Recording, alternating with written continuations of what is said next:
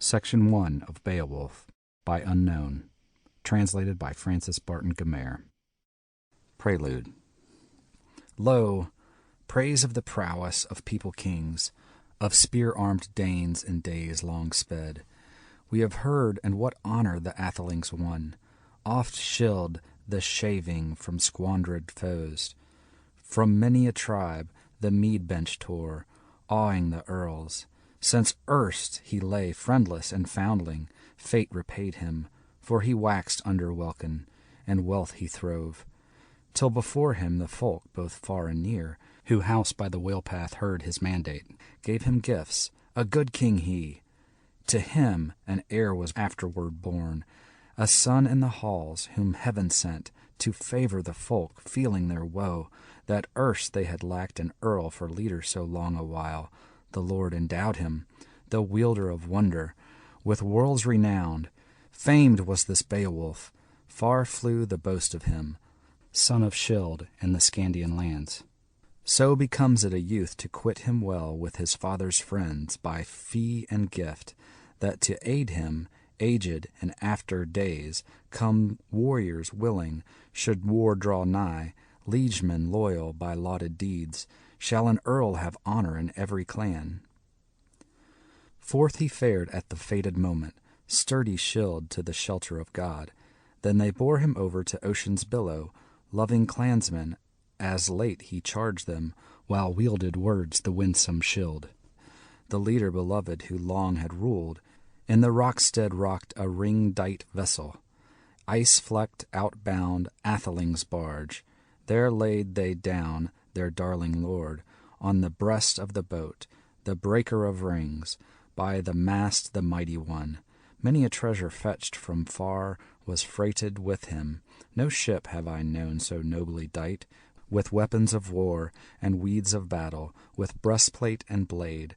On his bosom lay a heaped hoard that hence should go far o'er the flood, with him floating away. No less these loaded the lordly gifts, Thane's huge treasure, than those had done, who in former time forth had sent him, sole on the seas, a suckling child. High o'er his head they hoisted the standard, a gold-wove banner. Let billows take him, gave him to ocean. Grave were their spirits, mournful their mood, no man is able to say in sooth, no son of the halls, no hero 'neath heaven, who harboured that freight. 1. Now Beowulf bode in the burge of the Scyldings, leader beloved, and long he ruled in fame with all folk, since his father had gone away from the world till awoke an heir, haughty Halef Dana, who held through life, sage and sturdy, the Scyldings glad. Then one after one there woke to him the chieftain of clansmen, children four, Hrothgar, then Hrothgar, then Helga brave, and I heard that Blank was Blank's queen, the Heathoscylfing's helpmate dear. To Hrothgar was given such glory of war, such honour of combat, that all his kin obeyed him gladly, till great grew his band of youthful comrades.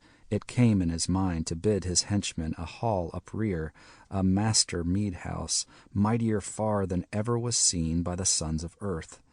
And within it, then, to old and young, he would all allot that the Lord had sent him, save only the land and the lives of his men.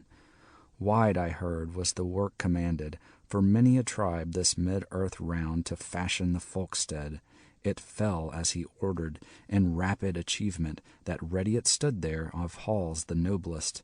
Hay-o-Rot he named it, whose message had might in many a land. Not reckless of promise, the rings he dealt treasure at banquet. There towered the hall, high, gabled wide, the hot surge waiting of furious flame. Not far was the day when father and son-in-law stood in feud for warfare and hatred that woke again. With envy and anger, an evil spirit endured the dull in his dark abode, that he heard each day the din of revel high in the hall. There harps rang out, clear song of the singer. He sang who knew tales of the early time of man, how the Almighty made the earth, fairest fields enfolded by water, set, triumphant, sun and moon, for a light to lighten the land dwellers, and braided bright the breast of earth with limbs and leaves, made life for all of mortal beings that breathe and move. So lived the clansmen in cheer and revel, a winsome life, till one began to fashion evils, that field of hell. Grendel, this monster grim was called, march-raver mighty, in moorland living, in fen and fastness, fief of the giants, the hapless wit a while had kept since the creature his exile doomed. On kin of Cain was the killing avenged by sovereign God for slaughtered Abel. Ill fared his feud, and far was he driven, for the slaughter's sake, from sight of men. Of Cain awoke all that woeful breed, Etons and elves and evil spirits, as well as the giants that warred with God weary while, but their wage was paid them. 2. Went he forth to find, at fall of night, that haughty house, and heed wherever the ring-danes out-revelled to rest had gone, found within it the atheling band, asleep after feasting and fearless of sorrow, of human hardship. Unhallowed wit, grim and greedy, he grasped betimes, wrathful, reckless, from resting places. 30 of the thanes, and thence he rushed, fain of his fell spoil, faring homeward, laden with slaughter, his lair to seek. Then at the dawning, as day was breaking, the might of Grendel to men was known. Then after wassail was wail uplifted, loud moan in the morn. The mighty chief, atheling excellent, unblithe sat, labored in woe for the loss of his thanes. When once he had traced the trail of the fiend, spirit accursed, too cruel that sorrow, too long, too loathsome, not late the respite. With night returning, anew began ruthless murder. He recked no whit, firm in his guilt.